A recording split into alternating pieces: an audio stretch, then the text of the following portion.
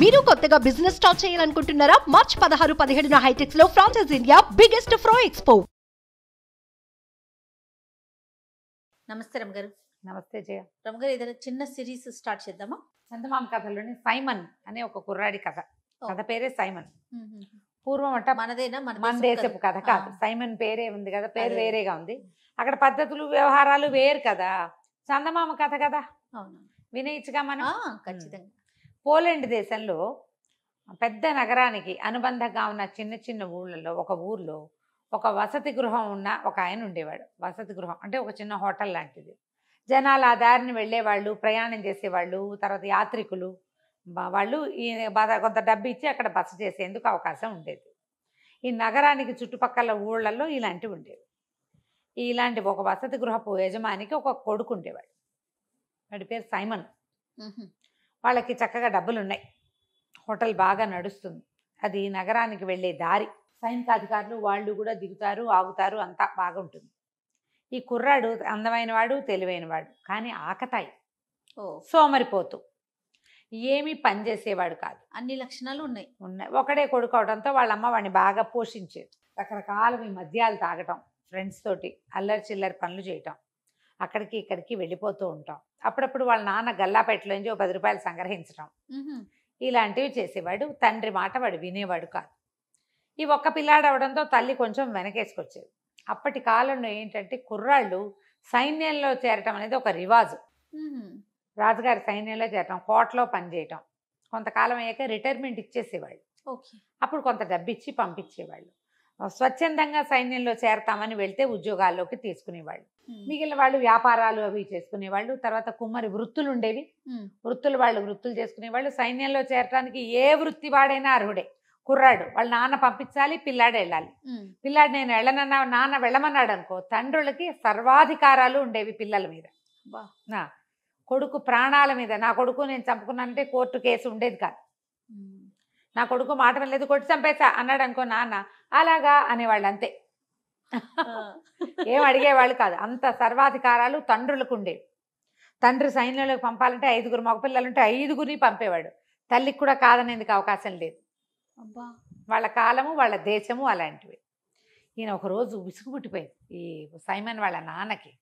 ఏం చేశాడు, సైనికుల దుస్తులు ఒక జత తెప్పించి వాడికి బట్టలు తొడిగించి చేతికో ఈటిచ్చి నగరానికి వెళ్ళిపో, తిరిగి చూసావా చంపేస్తానన్నాడు. ఈ బల్లెం ఇచ్చి నువ్వు పో, వెళ్ళి రాజుగారి దగ్గర గస్తీ భట్టుడుగా ఉండమని పంపేశాడు. తిరిగి వస్తే చంపుతానన్నాడు.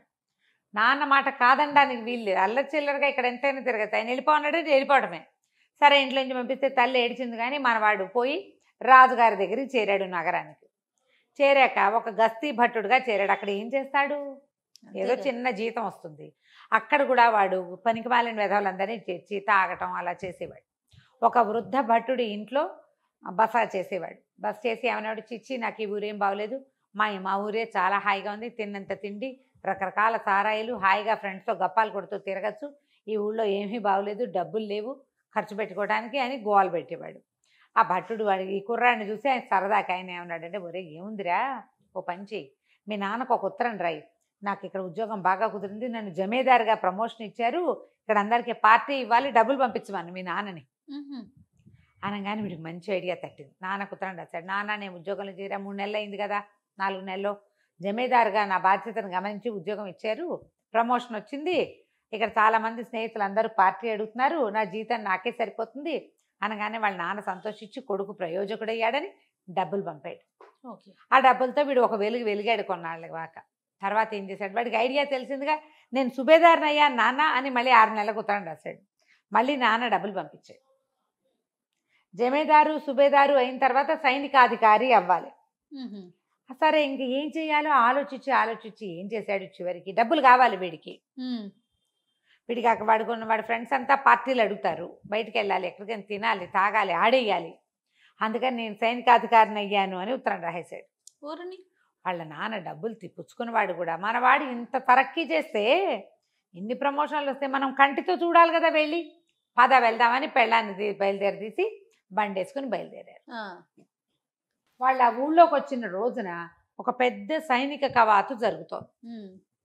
సైనిక కవాతు అంటే ఇక ఆ సైనికులంతా అలా నడిచి వెళ్తున్నారనమాట. రాజుగారు వెళ్తుంటే రాజుగారి ముందు మొత్తం సైన్యం అంతా ఇప్పుడు మనకు కూడా ఉన్నాయిగా సైనిక అవును. కవ సైనిక వందనాలు ఇవేవో జరుగుతాయి. ఇవన్నీ పాత పద్ధతులే కదా రమ్మగారు. ఈ పేర్లు మార్పు అంతే. అంటే అవన్నీ ఇంగ్లీష్వి. ఎస్ మీరు ఒక్కొక్కటి కొన్ని విషయాలు చెప్తుంటే ఇప్పుడు మనం ఫాలో అవుతుంటాం, కానీ అవన్నీ ఒకప్పుడు ఉన్నవే కదా. బ్రిటిష్ కల్చర్ అది. సైనిక వందనాలు అవన్నీ వాళ్ళవే. అయితే ఈ వెళ్తూ ఉంటే వీళ్ళు అక్కడ నిలబడి అదంతా చూసారు. అమ్మా నాన్న బండి దిగి కొడుకు కనిపించలే, వెతుకుతున్నారు. సైనికాధికారులు అంటే ప్రత్యేకమైన దుస్తులు అంటే వాళ్ళకి తెలుసు. ఇప్పుడు డెసిగ్నేషన్ కానిస్టేబుల్కి ఎస్ఐకి సిఐకి మనకి డిఫరెన్స్ తెలుస్తాయి. ఐజీ బట్టలు అవి వేరుగా ఉంటాయి. యూనిఫామ్స్ తెలుసు వీళ్ళకి. సైనికాధికారులు చాలా మంది కనబడతారు, అందులో సైమన్ లేడు. ఆయన ఏం చేశాడు, అక్కడ నుంచున్న భట్టుడిని ఎవరినో, అబ్బాయి సైనికాధికారి సైమన్ కనపడ్డేమిటో అని అడిగాడు. సైమనా, ఆ పేరుతో అధికారులు ఎవరు లేరండి చెప్పేశారు అన్నాడు. అనేసరికి ఉన్నారోయ్, సైమన్ సైనికాధికారి అయ్యాడు 10 రోజులు 20 రోజుల క్రితమే, ఉత్తరం కూడా వచ్చింది మాకు అన్నాడు. అనేసరికి లేడండి, ఆ పేరుతో గస్తీ భట్టుడు ఒకడు ఉండాలి, ఫలానా ఊరు నుంచి వచ్చిన వాడు అని చెప్పేసి. ఈయనకు అర్థమైపోయింది, హాతేరి ఇంత అబద్ధం చెప్తాడా, ఇంత పరువు తీస్తాడా అని చెప్పి వాడు ఎక్కడ బస చేశాడో అక్కడికి పరిగెత్తాడు. పరిగెత్తి కొడుకు చెండా లెక్క తీశాడు, పట్టుకున్నాడు. చిత్రవధ చేస్తాను నిన్ను, నీ వల్ల నేను ఊళ్ళో అందరి ముందు పరువు పోగొట్టుకుంటా. ఇప్పుడు నిన్ను తీసుకెళ్తే నువ్వు గస్తీ పట్టెడు, నువ్వు జమీదారు అయ్యావు, సుబేదారు అయ్యావు, సైనికాధికారి అయ్యావు అని నేను వచ్చిన వాళ్ళందరికీ చెప్పుకుంటుంటే సైనికాధికారిగా చచ్చిపోయాడని చెప్తా అని చెప్పేసి కొడుకుని పట్టేసుకున్నాడు. తల్లి బతిమలాడింది, కొట్టండి, శిక్షించండి, చంపద్దు అని. ఆయన ఒప్పుకోలే. నువ్వు పెళ్ళానివి, నోరు మూసు పడు, తండ్రి నేను, వీడిని చంపే హక్కు ఉంది నాకు అని చెప్పి వాడిని కాళ్ళు చేతులు కట్టేసి బండిలో వెనకాల పడేసుకుని మొగుడు పెళ్ళాం బండి ఎక్కారు. ఎక్కేసరికి వృద్ధ భట్టుడు వీడికి పిచ్చి సలహా ఇచ్చి దొంగ మాటలతో డబ్బులు తెప్పించుకునే ఉపాయం చెప్పాడు కదా.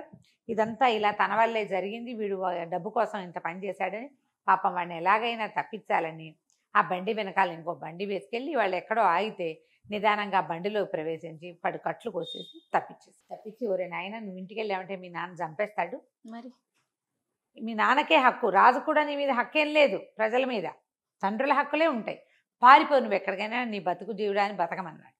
వీడికి కూడా ఫ్రీడమ్ వచ్చేసింది. నాన్న చెప్పాడని సిటీకి వచ్చాడు, సిటీ నుంచి తండ్రికి ఉత్తరం రాసి తీరాలి. ఇప్పుడు ఎక్కడికో పారిపోతే ఎవరికి ఉత్తరం జవాబుదారీ? హాయిగా బాగుందని ఫ్రీడమ్ దొరికేసిందని బయటికి వెళ్ళిపోయాడు. పారిపోయి ఈ నగరాన్ని దాటి వెళ్ళిపోయి చక్కగా ఆ ఊర్లో ఈ ఊర్లో తిరుగుతూ ఎవరో ఫ్లూట్ వాయించే విద్వాంసుడు ఇంటి దగ్గర కొద్ది రోజులుండి పిల్లని గ్రోవి ఊదటం నేర్చుకున్నాడు.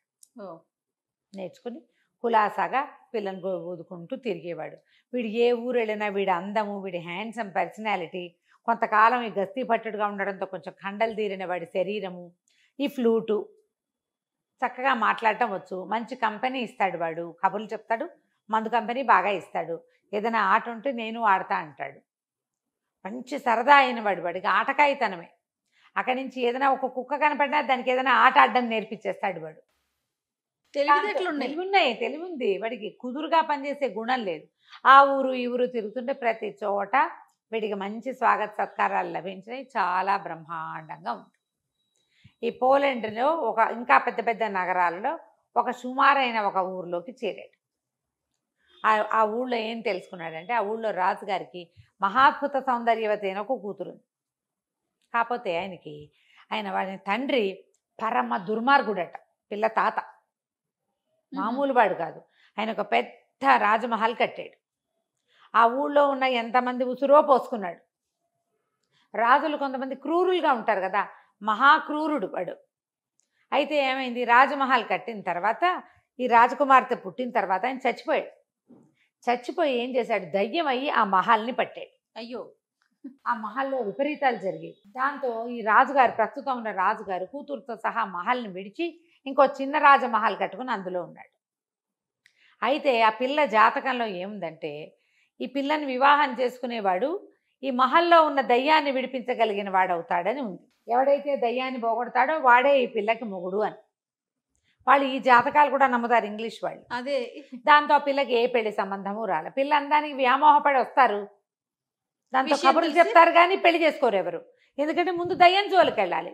కొంతమంది యువకులు ఈ అమ్మాయి సౌందర్యం పట్ల ఆకర్షితులై వెళ్ళిన వాళ్ళు వెళ్ళినట్టే అందులోనే ఉండిపోయారు, ఎవడు బయటికి రాలే. ఎవ్వరూ రాలా బయటికి. ఎవరు ఇంకా మొదట ఒక 5-6 వెళ్ళారు. ఒక 6 నెలల గ్యాప్తో 2-3 వెళ్ళారు. వెళ్ళిన 5-6 ఆ 2-3 గోవిందా మొత్తం మీద 12 మంది పోయారు. రాలేదు. ఇక అమ్మాయికి పెళ్లి సంబంధాలే రావట్ల. పిల్ల దుఃఖంగా దీనంగా ఏడుపు గొట్టుగా ఉండేది. కానీ పాపం ఈ తలనొప్పి అమ్మాయికి ఎప్పుడు ఏడుపుతోటి. ఈ ఊళ్ళో అందరూ చెప్పారు. సరే అదంతా తెలుసుకొని తను ఏమనుకున్నాడు, ఓసారి వెళ్ళి ఆ పిల్లని చూద్దాం అనుకున్నాడు. ఈ కుర్రాడికి చిన్నప్పటి నుంచి సైమన్కి ఒక వీరోచిత కార్యం చేయాలని ఉండేది.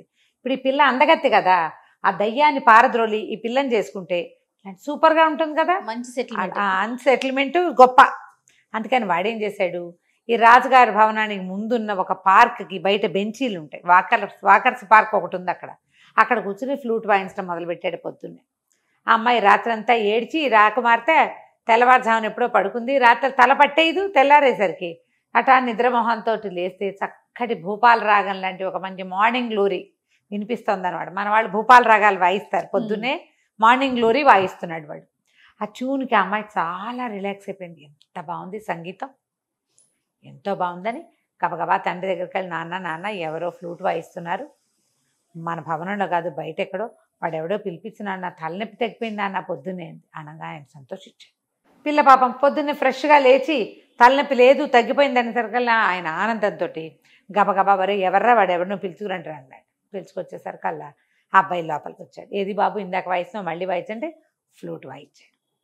ఆ అమ్మాయి నాన్న ఎంత బాగుందో, మన దగ్గరే ఉంచుకుందా నాన్న, రోజు వింటాను తలనొప్పి తగ్గిపోతుంది అని అనేసరికల్లా రాజుగారు అడిగాడు, బాబు మా దగ్గర ఉంటావా రాజభవనంలో, మా అమ్మాయికి అసలే తలనొప్పి అనేసరికి తప్పకుండా నేను అలాంటి ఉద్దేశంతో వచ్చాను అన్నాడు. అనేసరికల్లా యువరాణికి ఎందుకండి తలనొప్పి అని అడిగాడు. ఏం చెప్పాను నాయన మా కష్టాలు అని మా నాన్నగారు అనగా, నేను విన్నానండి అదంతా, ఇంత చక్కగా ఉన్న రాకుమార్తెకి కష్టమేమిటి, అదే కదా మీరు ఇంత అద్భుతమైన వ్యక్తి, మీలాంటి వాళ్ళకి రావాల్సిన కష్టం కాదు, ఆ దయ్యాన్ని వదలగొట్టి ఈ అమ్మాయిని నేను పెళ్లి చేసుకుంటానండి అన్నాడు. అనేసరికల్లా పిల్ల కొంచెం సంతోషం వచ్చింది కానీ భయం వేసింది. ఇప్పటికి 12 మంది పోయారు, ఫ్లూట్ వాయించేవాడిని చెడగొట్టుకుంటే ఎట్లా అని కొంచెం బెంగపెట్టుకుంది. కాడి తండ్రికి కళ్ళు ఆర్పింది వద్దని, ఫ్లూట్ అయినా ఉంటుంది కదా అని.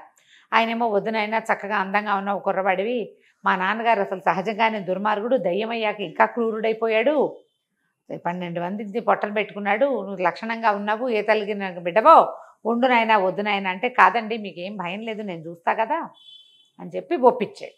నేను చిన్నప్పుడు చాలా చేశా ఇలాంటివి అన్నాడు. ఆయన మాత్రం ఏం చేస్తాడు, ఎవరో ఒకళ్ళు పిల్ల పెళ్ళి అవుతుందని ఆశ, అంతేగా తండ్రిగా. సరే అక్కడి నుంచి ఏం చేశారు, మర్నాడు బండెక్కిచ్చారు. ఆ పూట సాయంకాలం అట్లా బండెక్కిచ్చి పంపించారు. రాజభవనం పైన ఇట్లా కొండ మీద ఎత్తుగా ఉంది, వీళ్ళు కింద ఇల్లు కట్టుకున్నారు, పెద్ద ఇల్లు. బండివాడి తీసిపోయి దింపాడు. వాడు మంచి హుషారుగా వెళ్ళి తాళం తీసుకొని లోపలిపై కూర్చున్నాడు. చీకటి పడేసరికల్లా ఆ లోపలంతా దుమ్ము, పెద్ద మందిరం, అన్ని పరదాలు, పెద్ద పెద్ద చిత్తరువులు, బంగారంతో చేసిన కొన్ని విగ్రహాలు, దీపపు కుందులు, క్యాండిల్స్ అన్నమాట, క్యాండిల్ స్టాండ్స్, అద్దాలు, ఎంత బాగుందో కళాత్మకంగా. అంతా దుమ్ము. వీడేం చేశాడు, జేబురుమాలతో ఓ చోట దుమ్ము దులుపుకుని ఒక కుర్చీలో కాలు మీద కాలేసి కూర్చుని, అక్కడ ఒక పక్కన లైబ్రరీ కూడా ఉంది, పోయి ఓ పుస్తకం తెచ్చుకున్నాడు. దాని మీద కూర్చొని పుస్తకం చదువుకోవటం మొదలుపెట్టాడు. చీకటి పడేసరికి లోపలికి ఒక నల్లటి వికృతాకారం ఒకటి వచ్చింది, పొడుగ్గా ఉంది, పెద్ద బవిరిగడ్డం, కళ్ళు మాత్రం జ్యోతుల్లాగా ఉన్నాయి, ఎంత నలుపో, కారు నలుపు. ఓ లోపలికి వస్తూనే వీడిని చూసి, ఎవడ్రా నువ్వు, అసలు నా పేరు చెప్తేనే జనాలు హడిలిపోతారు, నా ఇంట్లోకి వచ్చి నేను కూర్చునే కుర్చీలో కూర్చున్నావు అంటే, వీడేమన్నాడు, ఏముందండి పెద్ద ఖాళీగా ఉంది ఇల్లు, ఎక్కడ కూర్చుంటే ఏమిటి, ఎక్కడ కూర్చున్నా ఒకటే, పైగా మీ గురించి చాలా విన్నాను, అదేమిటో చూద్దామని వచ్చాను, మీరు ఇదివరకు ఏమన్నా వికృతాకారంగా ఉండేవారేమో, ఇప్పుడు మీకు అంత లేదన్నాడు.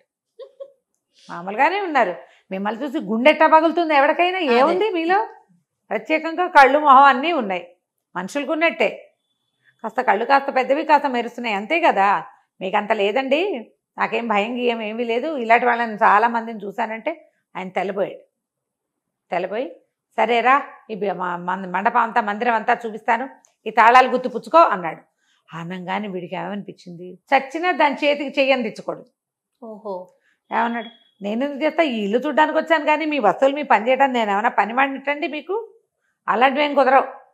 ఏమన్నా చూపిస్తానంటే చూపించండి, మీ తాళాలు మీరే మోసుకోండి, మీరే తీసుకోండి, నాకు అక్కర్లేదు. చూపిస్తే చూస్తా, లేకపోతే ఇదిగో లైట్ వెలిగించానుక పుస్తకం చదువుకుని ఇక్కడ ఉన్న చల్లగాలి పీల్చి కొండ మీద గాలి వెళ్ళిపోతా అనేసరికి అంత సులువా ఇక్కడి నుంచి వెళ్ళిపోతాం అన్నట్టు. నన్ను ఎవడాపుతాడండి అన్నాడు వీడు. నన్ను ఎవడాపుతాడు, నన్ను ఎవరు ఆపేది ఏం లేదంటే సరే నీ గదిలో నేను చూపిస్తాను రా అన్నాడు. ఒక్కో గది వెళ్ళి తాళం తీయటం మొదలుపెట్టాడు. ఈ ఒక్కొక్క గదిలోకి ఆయన వెళ్తుంటే నల్లటి నలుపు విరిగి కొంచెం తెల్లబడ్డం మొదలుపెట్టింది బాడీ పైనుంచి ఆయనకి. ఎన్ని గదులో ఒక్కో గదిలోకి వెళ్తుంటే కొంచెం కొంచెం కొంచెం కొంచెం ఇంచి చొప్పున మొత్తం తెల్లబడిపోతాం. గడ్డం కూడా తెలిపి వచ్చేసింది, బెడా బాడీ అంతా తెల్లబడిపోయింది. అదేంటంటే ఒక గాలిలాగా కదులుతున్న ఆకారం నల్లగా ఉంది, ఇప్పుడు తెల్లబడి అక్కడి నుంచి ఆఖరి గదిలోకి తీసుకుపోయాడు. ఇది ఆఖరి గది, దీని తాళం తీయన్నాడు. అనగానే తాళం తీసుకోకూడదు అనిపించింది కుర్రాడికి. నేను ఎందుకు తీస్తాను, ఇన్ని తాళాలు తీసిన వాళ్ళు అది తీయలేరా, అది కూడా తీయండి మీరే అని అన్నాడు. ఆఖరి తాళం తీస్తే అందులో నుంచి దుర్వాసన వచ్చింది. 12 శవాలు ఉన్నాయి లోపల. ఓహోహో. ఈయన పూర్తిగా తెల్లగా అయిపోయాడు. ఆయన ఎక్కడి నుంచి ఏం చేశాడు, గొడ్డలు తీసుకొచ్చాడు. నాయన నువ్వు ధైర్యశాలివి, ఎవడో ఒకడు నాకు ఇక్కడి నుంచి విముక్తి ఇవ్వాలి, ఈ గొడ్డలు తీసుకో, నా మెడ కొట్టేసి ఒక దెబ్బ నన్ను కొట్టేయాలి. నన్ను కొట్టలేక నన్ను చూసి భయపడి నాకు ఆ వికృతాకారాన్ని తెచ్చారు వీళ్ళంతా. ఒక్క దెబ్బ కొట్టావా నాకు నేను వెళ్ళిపోతా, నా దారిని నేను, ఈ భవనంలో ఇంకా నాదేం ఉండదు, నా కొడుకు వచ్చి రాజ్యం చేసుకోవచ్చు, నువ్వు కావాలంటే నా మనవరాలని పెళ్లి చేసుకోవచ్చు అంటే వీడు ఆలోచించకుండా ఆ చేతుల నుంచి వెండి గొడ్డలు తీసుకుని పటామని మెడ ఎగర కొట్టేశాడు. ఎప్పుడైతే ఈ మెడ ఎగిరిపోయిందో ఆ శరీరాన్నిలోంచి ఒక చిన్న పిచ్చిక బయటకు వచ్చి తుర్రుమంటే ఎగిరిపోయింది. ఎగిరిపోయేసరికల్లా వీడు ఏం చేశాడు, ఆ గొడ్డలు అక్కడ వారేసి ఆ వాసన వస్తున్న తలుపు మూసేసి ఆ తాళాలు తీశాడుగా, ఆ తాళాలు గుర్తు చేత్తపుచ్చుకుని వచ్చి హాల్లో పడుకున్నాడు. అర్ధరాత్రి ఎక్కడికి వెళ్తాడు, తెల్లవారి బండివాడు వచ్చేసరికల్లా అన్ని తలుపులు తీసున్నాయి. కుర్రాడు బయటకు వచ్చాడు. రాజుగారు కూడా పరిగెత్తుకొచ్చాడు, ఏమైనా అయిపోయాడేమో వీడుని. ఆయన ఆశ్చర్యపోయాడు, ఓరిని నువ్వు భలేవాడివిరా అని. అక్కడి నుంచి తీసుకెళ్లారు, ఆ అమ్మాయితో పెళ్ళి అన్నారు, సంతోషంగా ఉన్నారు కొద్ది రోజులు. పెళ్ళి అయిపోయింది. పెళ్లి కాల, కొన్నాళ్ళు విద్దులు వినోదాల్లో కాలక్షేపం చేశారు. ఈ బిల్డింగ్ అంతా క్లీన్ చేయడం, శుభ్రం చేయడం అవన్నీ ప్రీ వెడ్డింగ్ లో ఉన్నారు. అక్కడి నుంచి కుర్రాడు అన్నాడు, నేను చాలా సంవత్సరాలు అయిపోయింది, నేను ఇంట్లో నుంచి వచ్చేసాను, 2-3 ఏళ్ళు అయిపోయింది, మరి మా అమ్మ నాన్నని చూసి రావాలి, నేను వాళ్ళని వెళ్ళి తీసుకొస్తా పెళ్ళికి, నేను ఒక్కడనే కొడుకుని అని చెప్పాడు. చెప్పేసరికల్లా సరే వీళ్ళు ఏమన్నారు, యువరాణి అంది, నువ్వు వెళ్ళిపోయి మళ్ళీ రాపోతే అంది, ఏం కాదు గడువు పెడతా 15 రోజులు 24 రోజులు, నేను రాపోతే నువ్వు రా, నువ్వు వచ్చి ఇదిగో ఇది దారి, మా ఊరిది, పోలాండ్ మధ్యలో నుంచి ఇట్లా వెళ్ళాలని దారి మ్యాప్ అన్నీ గీసిచ్చాడు. తండ్రి పేరు, ఊరి పేరు, ఊళ్ళో పెద్దవాళ్ళ పేర్లు, అన్ని పేర్లు రాసిచ్చాడు. వాడేమో అబద్ధం చెప్పటల్లా. అక్కడి నుంచి కుర్రాడితో పాటు మంది మార్బలం బయలుదేరారు కొంతమంది. మరి రాకుమారుడు అయ్యాడు కదా రాజకుమార్తెకి భర్త, మంది మార్బలం బయలుదేరేసి తీసి కొన్ని గుర్రాలు, కొంత డబ్బు, మరి పనివాళ్ళు ఓ 15-20 మంది దాకా బయలుదేరారు. గుర్రాలు వేసుకుని వెళ్ళటం మొదలుపెట్టారు. వాడు నెలల తరబడి ఆ ఊరు ఈ ఊరు దాటుకుంటూ ఇక్కడికి వచ్చాడు. మరి వెళ్ళాలంటే అంత సమయం పడుతుంది కదా. పోలాండ్ రాజుగారి కజిన్ బ్రదర్ ఈ రాజుగారు. ఓహో. రాజు రాణి ఉన్నారు ఇక్కడ. అక్కడి నుంచి కుర్రాడు బయలుదేరేసరికల్లా ఏమైంది, ఒక అడవి దారి పట్టారు. అడవి దారి పడితే అడవి దారిలో ఒక సత్రం ఉంది. సత్రం ఎవరండి, సత్రం యజమాని కనుక్కున్నాడు, మీరెవరు, ఎక్కడి నుంచి వెళ్తున్నారు, ఏం చేస్తున్నారు అని అన్నీ కనుక్కుని దొంగల దారి బాబు ఇటు వచ్చారంటే మాకేం భయం లేదు, సైనిక పటాలం ఉంది, 20 మంది ఉన్నారు, నేను స్వయంగా వీరుణ్ణి, నేను ఏమైనా చేయగలను, డామిడేయమని చెప్పాడు మన కుర్రాడు. చెప్పిన తర్వాత ఏమైంది, అర్ధరాత్రి అయింది. ఇది సత్రం యజమాని దారి దోపిడీ దొంగలకి ఫ్రెండ్. ఓహో. అసలు దారి దోపిడీ దొంగలు ఉండే సత్రం అది, ఎక్కువగా వాళ్ళకే అది ఆవాసంగా ఉంటుంది. వాళ్ళు కొట్టుకొచ్చినవి వీళ్ళకి వాటా ఇస్తారు. వాడేం చేశాడు, ఆ దోపిడీ దొంగలకు కబురు చేశాడు. ఒక చిన్న పటాలం 20-25 మంది సైనికులు ఉన్నారు, ఒక కుర్రాడు ఉన్నాడు, రేచులా ఉన్నాడు, కానీ వీళ్ళ దగ్గర బోల్డు డబ్బు ఉంది, నగలు నాణ్యాలు చాలా ఉన్నాయి, గుర్రాలు ఉన్నాయని కబురు చేసేసరికల్లా వీళ్ళు సుష్టుగా తిని పడుకున్నారు. వీళ్ళకేం తెలుసు, సత్రం కదా అనుకున్నారు. వీళ్ళు నిద్రలో ఉండగా దారి దోపిడీ దొంగలు వచ్చి పడిపోయారు. పడిపోయి ఈ 15-20 మందిని హతమార్చేశారు.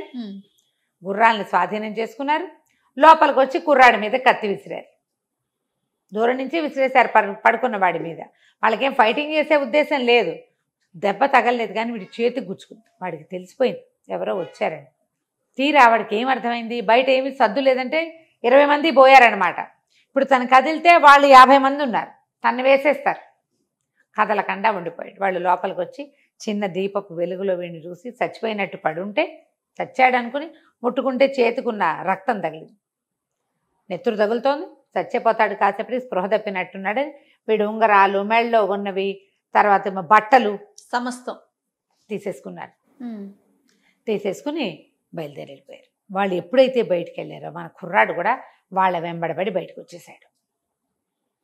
వీడి ఒంటి మీద పైన వేసుకునే ఒక షర్టు లాంటిది, ఏమంటారు మన రాత్రిపూట వేసుకుంటారు కదా, చిన్న మ్యాక్సీ మోకాళ్ళ దాకా ఉండేది, ఇట్లా పైనుంచి తొడుకునేది, హౌస్ గౌను అంతే ఉంది. వాళ్ళ వెనకాల పడి నడుచుకుంటూ వచ్చేసాడు. వస్తే ఈ దొంగలకి ఒక అడవిలో ఒక రహస్య మార్గం ఉంది. ఆ రహస్య మార్గంలోకి ప్రవేశించారు. వీడు కూడా అదే రహస్య మార్గంలోకి వెళ్ళిపోయాడు లోపలికి. వాళ్ళ వెనకాల పడి వెళ్ళేసరికల్లా వాడికి ఏమర్థమైంది, ఆ రహస్య మార్గంలోంచి బయటికి వెళ్తే తన ఊళ్ళోకి వెళ్తారు. అది తన స్వగ్రామానికి దగ్గర. వాడికి ఆ దారులని తెలుసు కదా, పెద్ద పిల్లాడు కదా వాడు. చూసుకుని అక్కడి నుంచి ఏముంది, ఒంటి మీద ఏమీ లేవు, కర్రా పుల్లా కత్తి ఏమీ లేవు, ఈ చొక్కా తప్ప. అక్కడి నుంచి ఆ దొంగల్ని తప్పించుకుని వాళ్ళు అవతలకి వెళ్ళిపోగానే వీడు తన ఊరి పొలాల్లోకి ప్రవేశించాడు.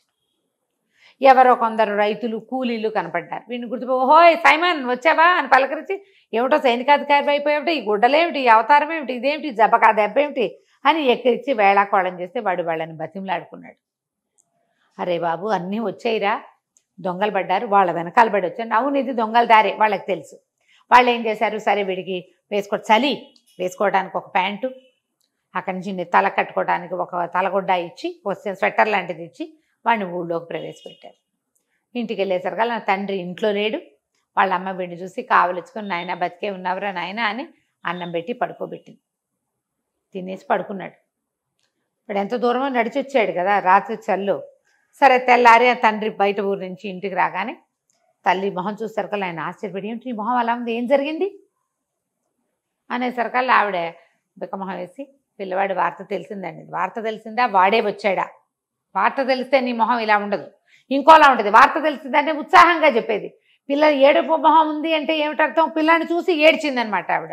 అక్కడి నుంచి ఆవిడ బతిమలాడింది, బామాలింది, వాడిని చంపేస్తానన్నాడు నాన్న. చంపేయద్దు, ఏదైనా ఒక పని చెప్పి ఇంట్లో ఉంచుకుందాం అని చెప్పి బతిమలాడి కాళ్ళు పట్టుకున్నంత పని చేస్తే, సరే సైమన్ని బయటికి పిలిచి 4 చెంపకాయలు కొట్టి వాళ్ళ నాన్న ఒక 20 మేకలు అప్పచెప్పాడు. మేకలతోలే వాళ్ళు ఏ బట్టలు వేసుకుంటారో ఆ బట్టలు తెప్పించి ఇచ్చాడు. ఈ గుడ్డలతోటి ఉండు. వాడు ఏం చెప్పలేదా, చెప్పినా ఆయన నమ్మడు. చెప్పాడు, చెప్పినా ఆయన నమ్మలేదు, అబద్ధాలు అనుకున్నాడు. ఎందుకంటే వాడు ముందు జమేదారు, సుబేదారు, సైనికాధికారి అబద్ధం చెప్పాడు. అందుకని ఇప్పుడు యువరాణి సంగతి చెప్తే నాన్న ఏం నమ్ముతాడు, అదే కదా, నమ్మడు కదా. అక్కడి నుంచి మేకలను తోలమన్నాడు. వీడు ఏం చేస్తాడు పాపం, ఏం చేయలేడు. తండ్రి మాట కాదన్న వాడికి విలువ లేదు. తన ఊళ్ళోకి వచ్చాక తండ్రి మాట వినాల్సిందే. పైగా అట్లాంటి ప్రాక్టీస్ వాడికి. ఇక మేకలు తోలటం మొదలుపెట్టాడు. వాడికి ఫ్లూట్ అలవాటు ఉంది కదా, ఆ ఫ్లూట్ ఊదుకుంటూ మేకలకి చక్కగా డ్యాన్సులు చేయటము, తలకాయలు ఊపటము అలా నేర్పించి ఉంచుకుంటున్నాడు. రోజు అక్కడే ఉండేవాడు. నెల గడిచింది, ఇది అబ్బాయి వెనక్కి రాల. ఇక్కడ యువరాణి సైమన్ ఇంటికి వెళ్ళిపోయాడు. వాళ్ళ నాన్నేమో అతనికి మేకలు కాసే పని అప్పచెప్పి ఈయన ఫ్లూట్ పట్టుకొని వెళ్ళిపోయాడు. మేకలను కాసుకుంటున్నాడు. నెల దాటిపోయింది. 15 రోజులు వెళ్తాను, 15 రోజుల్లో తిరిగి వస్తాను, అక్కడ ఒక మధ్యలో 2-3 రోజులు, 15 రోజులు పూర్తిగా పట్టదు, నువ్వు నెల అని చెప్పాడు. నెల దాటి 4-5 రోజులు అయ్యి ఎక్కడా సందడలేదు. ఊరు చివరి నుంచి ఏదైనా మనుషులు వస్తున్న సౌండ్ వస్తే కబురు వస్తుంది. అవునవును. ఏమీ రాపోయేసరికల్లా రాకుమారుతుంది. నాన్న ఎట్లాగో అడ్రస్ చెప్పాడు, అక్కడ ఏం సమస్య అయిందో, వాళ్ళ అమ్మకో నాన్నకో బాగులేదో ఏంటోనే వెళ్తానని. రాజుగారు కూతురు ప్రేమికుడు. ఏముంది, సైన్యం ఉంటుంది, అమ్మాయి వెళ్ళొస్తుంది, అత్తారిల్లు చూసొస్తుంది. వాడంతటా వాడు దయ్యాన్ని పారద్రోలి రాకుమార్తెగా మొగుడయ్యే అర్హత సంపాదించుకున్న వాడి కోసం ఆ మాత్రం చెయ్యొచ్చు కదా అని నాన్న కూతుర్ని ఒక పటాలం ఇచ్చి పంపించారు. సైన్యము దాసదాసి గణంతో రాకుమార్తె తన తాలూకు ఒరిజినల్ అటైర్ తోటి తన చక్కగా అలంకరించుకుని బయలుదేరి ఒక 4 రోజులు 3 రోజుల్లో ప్రయాణం చేసి అడవిలోకి చేరారు. కొంత ప్రయాణం చేసి అడవి మధ్యలోకి వచ్చారు. వీళ్ళు ఇంతకుముందు సైమన్ ఎక్కడైతే విడిది చేశాడో తన 20-25 మందితోటి అక్కడికి వచ్చారు. వచ్చేసరికల్లా అంతకుముందు వచ్చిన వాళ్ళు 25 మంది అయితే వీళ్ళు ఇంచుమించుగా 50 మంది. ఒక 7-8 మంది దాసీలు అమ్మాయికి. అమ్మాయి చూస్తే కుర్రాడు మగపిల్లాడు ఏం పెట్టుకుంటాడు, ఏదో గొలుసేసుకుని 4 ఉంగరాలు పెట్టుకుని కొంచెం టపటపలాడే బట్టలు వేసుకుంటాడు. అమ్మడికి పైనుంచి కింద దాకా అంతా అలంకారమే. రాకుమార్తె దానికి తోడు. ఆ సత్రం యజమానికి పిచ్చ సరదా వచ్చేసింది. అయ్యో బాబోయ్ ఎన్ని నగలు! ఆ పని వాళ్ళు కూడా నగలు పెట్టుకున్నారు. వాళ్ళు దుంపదేగా సైనిక పటాలం. అంతకుముందు వచ్చిన వాళ్ళు ఊరికే సహాయానికి వచ్చిన సైనికులు. వీళ్ళు రాకుమార్తె వెనకాలుండే మంది మార్బలం. వీళ్ళంతా గ్రాండ్ పార్టీ. వీడు కాస్త ఆ దొంగలకి, దారి దోపిడీ దొంగలకి కబురు చేశాడు. కబురు చేస్తే ఏమైంది, సాబురు వెళ్ళింది. సాయంకాలం అయ్యేసరికల్లా రాకుమార్తె ఏం చేసింది, ఆ సత్రం యజమాని భార్యని దా మాతో పాటు కూర్చో, మాతో పాటు టీ తీసుకుంది. కానీ చాలా ఆదరంగా పిలిచింది. ఆ సత్రం యజమాని భార్యకి జాలేసింది. అయ్యో పాపం బంగారు తల్లి, రాకుమార్తెలు ఎవరైనా ఇట్లా దారిపోయే వాళ్ళని రా నాతో టీ దాగంటారా అనరు.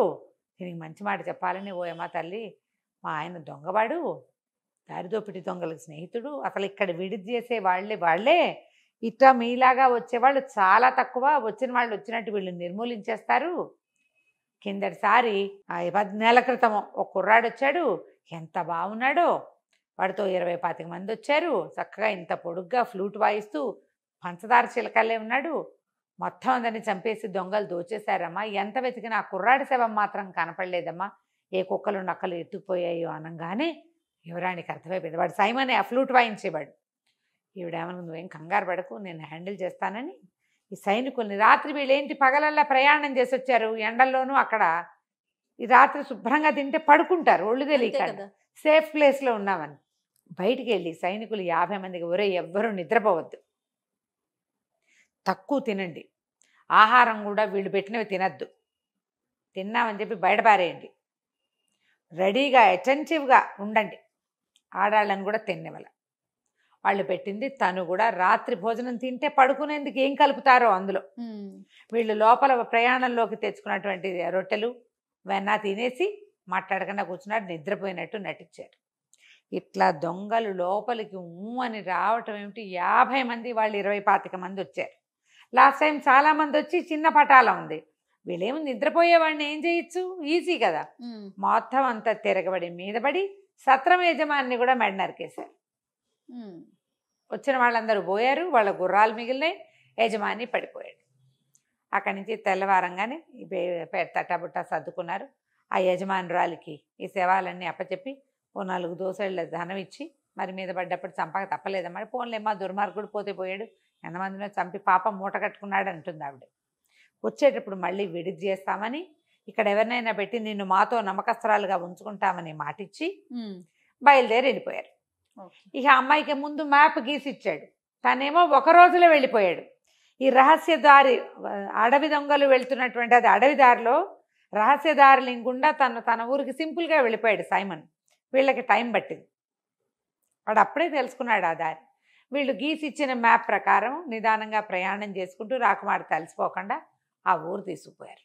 తీసుకెళ్తే దూరం నుంచి సైనిక పటాలం వస్తుంటే మనవాడు మేకలు కాసుకుంటున్నాడు. ఎప్పుడైతే ఆ పతాకాలు కనపడ్డాయో రాకుమార్తె తన కోసం వచ్చేస్తుందని తెలిసిపోయింది వాడికి. ఆ పతాకాలు యువరాణికి ఒక రకం, రాజుకు ఒక రకము ఉంటాయి. చిన్న బ్యాండు, తక్కువ మంది జనము, తర్వాత ఏమో ఇలా స్త్రీలు వస్తున్న సంకేతము తెలియగాని వీడేం చేశాడు, తన దగ్గర 20 మేకలు ఉన్నాయిగా, ఆ మేకల కాళ్ళకి మెళ్ళలోను పువ్వుల దండలు కట్టాడు. పువ్వుల దండలు కట్టి అక్కడ సైనిక కవాతులు ఉంటాయి నగరాల్లో, మేకలతోటి కవాతు చేయించాడు సైమన్. ఫ్లూట్ వాయిస్తూ ఆ మేకలు 20ని ఆవిడకి ఎదురుగుండా, ఆ వస్తున్న పటాలానికి ఎదురుగుండా వెళ్తే అందరూ నవ్వలేక పడి తెచ్చారు. మేకలు చేసే కవాతులు చూసి అవి తలకాయ లుపుతూ కాళ్ళు నేల మీద కొడుతూ నడుస్తూ వస్తూ ఉంటే గొప్ప సరదా వచ్చింది. యువరాణి దిగి పరిగెత్తుకొచ్చింది. ఏమిటి ఇట్లా చేసావు, ఏమైపోయావు అంటే, ఇగో ఇలా జరిగింది, మాకు తెలియలేదు, ఒక దొంగదారిని గుండా వచ్చేసాను, కానీ నాకు బయటకు వచ్చే వీలు లేకపోయింది, మా నాన్న చండశాసనుడు, సరే నేను రాకపోతే నువ్వే వస్తావులే అని స్థిమితంగా ఉన్నాను అని చెప్పాడు. చెప్తే అమ్మాయి ఏమంది, సరే వెళ్ళిపోదాం, మీ నాన్నకి చెప్పు ఉండాల్సింది కదండి, మా నాన్న చెప్పినా నమ్మడు, అంతకుముందు నేను అబద్ధాలు చెప్పున్నా కదా అనేసరికి సరేనంది యువరాణి. అక్కడి నుంచి సైమన్ మేకలు తోలుకుని ఈవిడ తన గుర్రాలతో సహా చేరారు అక్కడికి. వాళ్ళ నాన్న నడిపిస్తున్నటువంటి ఏమంటారు దాన్ని, మన ఆహారశాల లాంటిది ఏదో ఒకటి, చిన్న హోటల్ లాంటిది. అక్కడికి వెళ్ళేసరికల్లా ఈ రాజకుమార్తె తెలిసిపోతుందిగా, ఊళ్ళో అందరికీ తెలిసిపోయింది. ఆయన వచ్చి ఆయన వీడికి వందనం చేశాడు. చేసేసరికల్లా ఏమిటి ఇటు వచ్చారంటే, నేను నీ దగ్గర ఉంటాను అన్నది. అంటే మీకోసం పెద్దవాళ్ళు ఉండటానికి ఇంకా పెద్ద పెద్ద హోటల్స్ ఉన్నాయంటే, కాదు కాదు నాకు ఇదే నచ్చింది, మీ చిన్న మోటల్లే నచ్చింది, నేను ఇక్కడే ఉంటాను. అక్కడి నుంచి ఈ మేకలు కాసే అబ్బాయి, వీడు నాకు చాలా ఇష్టం, మా నాన్న దగ్గర పనిచేశాడు ఇది వరకు, వాడిని నాకు సహాయంగా పెట్టమని అనేసరికల్లా ఆయన అన్నాడు, ఇంకా నయం వీడికి బుద్ధి లేదమ్మా, ఆకతాయి వాడు అసలు సరైన వాడు కానే కాదు, అబద్ధాలు చెప్తాడు, పిచ్చిగుడలు వాడును, వాడేందుకమ్మా అన్నాడు. కాదు కాదు మా నాన్న దగ్గర పనిచేశాడు కదా, ఫ్లూట్ వాయిస్తాడు, నాకు బాగా తెలుసు, నాతోటే అట్టు పెట్టుకుంటాను. ఇంకేం చేసేదేం లేక ఆ మేకలు కాసే తన కొడుకుని కూడా వీళ్ళతో పాటు పైన ఉన్న హోటల్లో ఒక ఫ్లోర్ అంతా ఖాళీ చేయించి ఒక ఫ్లోర్ రాకుమార్తెకి ఇచ్చాడు. వీళ్ళిద్దరు బాగా కబుర్లు చెప్పుకున్నారు. తెల్లవారి పొద్దున యువరాణి దిగొచ్చింది. దాంతోపాటుగా సైనికాధికారి దుస్తులు ధరించిన సైమన్ కూడా దిగొచ్చాడు. వీళ్ళ నాన్న గుర్తుపట్టలేదు వాడిని. గుర్తుపట్టక ఆవిడకో వందనం ఈయనకో వందనం చేశాడు. ఆ అమ్మాయి పక్కపక్క నవ్వుతూ, ఏంటండి మీ అబ్బాయిని గుర్తుపట్టరా మీరు అని అనేసరికల్లా ఆయన నిర్ఘాంతపోయి చూసి, ఎందుకు గుర్తుపట్టినమ్మా, ఈయన కొంచెం మా అబ్బాయిలాగా ఉన్నాడు కానీ మా అబ్బాయి ఎప్పటికీ సైనికాధికారి కాలేడండి అన్నాడు. అనేసరికల్లా వాడు, నాన్న నేనే నాన్న అన్నాడు. ఆయన ఆశ్చర్యపోయాడు. అట్లా ఎట్లా అయ్యావురా, పోలాండ్ నగరంలో ఉన్నవాడివి, ఈవిడ ఈ నగరానికి ఎలా వెళ్ళావు, ఎట్లా సైనికాధికారి అయ్యావంటే, అప్పుడు రాకుమార్తె, మీ అబ్బాయి వల్లే మా రాజ్యానికి పట్టిన పీడ విరగడైంది, మా తాత దయ్యం వదిలి మా భవనం మాకు చేజిక్కింది, మేమిద్దరం వివాహం చేసుకోవాలనుకున్నాం, మా అమ్మా నాన్న కావాలన్నాడని పంపించాను అనేసరికి వీడు జరిగిందంతా చెప్పాడు. అంతకుముందు తల్లికి చెప్పాడు, తల్లి అంతా నమ్మింది, తండ్రి చచ్చిన నమ్మల, వీడు అన్ని అబద్ధాలు అంటాడు ఆయన. అదేలే చిన్న వెధవ, వీడు ఎలాగ దయ్యాన్ని వదిలిస్తాడు, వీడు ఎట్లా దొంగల నుంచి తప్పించుకొస్తాడు, ఆయన నమ్మకం లేదు అబ్బాయి మీద. ఆయన చాలా ఆశ్చర్యపోయాడు, చాలా సంతోషించాడు. తర్వాత అందరూ కలిసి ఈ అమ్మాయి తాలూకు రాజకుమార్తె తాలూకు నగరానికి వెళ్ళిపోయారు. చక్కగా వివాహం చేసుకుని ఆ చిన్న నగరానికి రాజై ఎంతో కాలం సైమన్ సంతోషంగా రాజ్యాన్ని పరిపాలించాడు. కథ కంచికి మనం ఇంటికి. సూపర్. నమస్తే రమ్య గారు. నమస్తే.